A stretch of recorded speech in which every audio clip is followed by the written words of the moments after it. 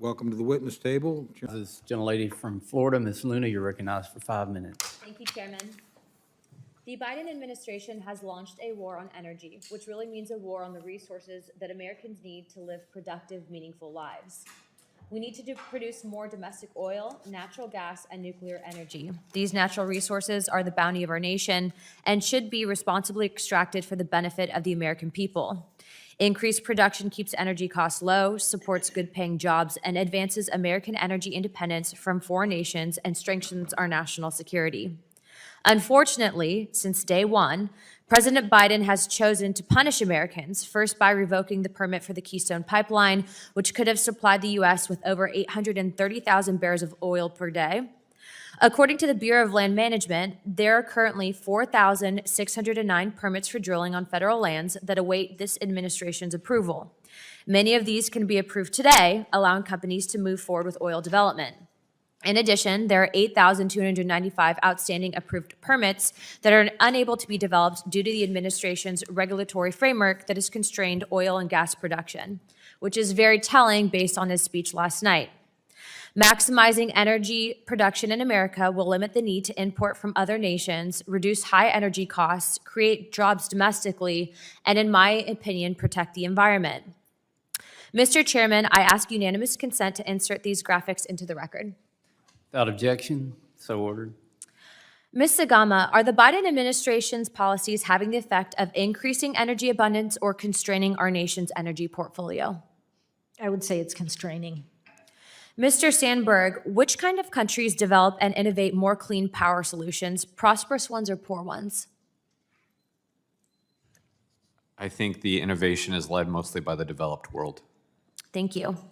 It's clear that the Biden administration and radical left want to impoverish Americans with pushing energy costs, but let's talk about who they're rewarding. Behind me, you guys can see a chart, and it has China leading the world in the highest CO2 emissions. In fact, China's 2021 emissions were about equal to the emissions of the US, EU, and India combined. In 2021, China consumed about 44,000 terawatt hours of energy with 0.26 kilograms of CO2 per kilowatt per hour, while the US consumed 26,000 terawatt hours of energy with 0.19 kilograms of CO2 per kilowatt hour. Ms. Johnson, your testimony calls for considering cumulative impacts of greenhouse gas emissions. Are you aware that China emissions would be more than double the US, and does Chinese CO2 molecules not count towards a cumulative impact on our planet? That's not a question I feel capable of answering. I'm asking you that, though, because with your opinion, which I do respect, we're talking about how we can best, I think, preserve our community and the environment.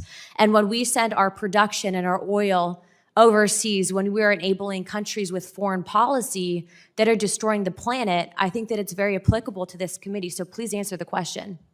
It's not a question that I feel capable of answering. According to the chart behind me, since you don't want to comply, China's destroying our environment. Our current foreign policy is enabling China. And it's clear that with this administration, that for those who are advocating for climate justice, that are those who are advocating for climate change, are failing to acknowledge that they are empowering through foreign policy and through an administration that is limiting our ability here in the United States to produce clean energy. They are empowering a country that is going to destroy us all. Thank you, Chairman. I yield my time. Gentlelady yields back. Chair now recognizes the gentlelady from Wyoming, Ms. Hageman. You're recognized for 5 minutes.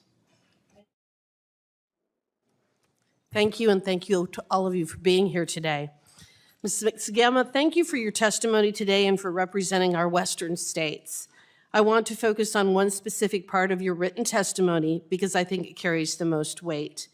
You state that when the federal regulation and process becomes unbalanced with the goal of producing the energy the Interior Department manages on behalf of all Americans, then we have a situation where the federal government is purposely preventing federal production, resulting in higher prices for consumers, more foreign imports, less energy security, etc. What you are describing is energy poverty. Energy poverty imposed on the American people by a burdensome federal structure which Joe Biden has weaponized. Nearly half of Wyoming is owned by the federal government, as is over 60% of its mineral estate. When Joe Biden weaponizes his control of federal lands, he is targeting Wyoming and the Americans we serve. Wyoming produces 13 times more energy than it consumes and is the second biggest net energy supplier among the 50 states.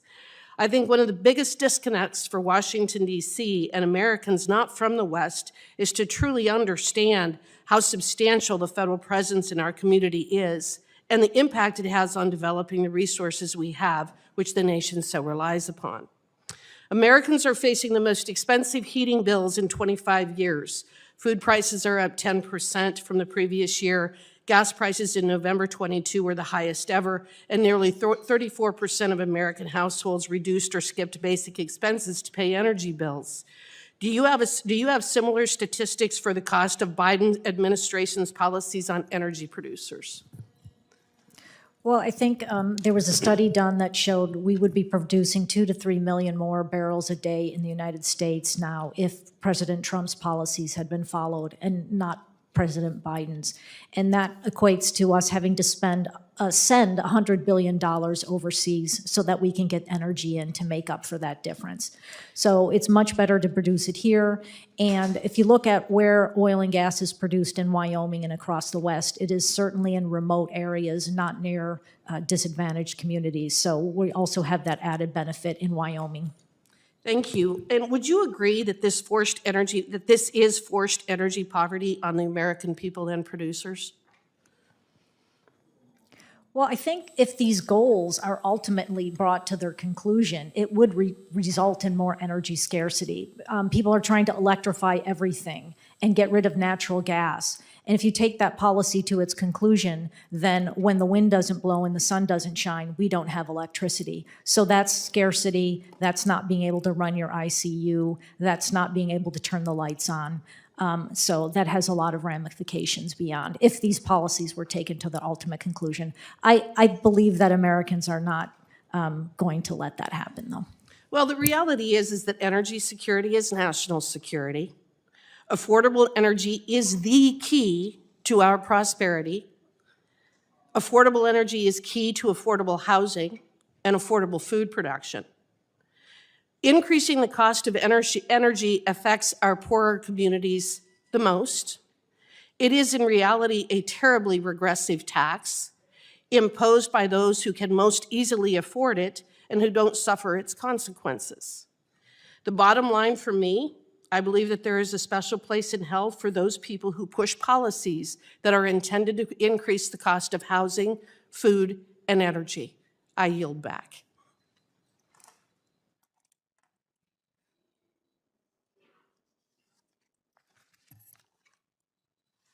Did the gentlelady yield back?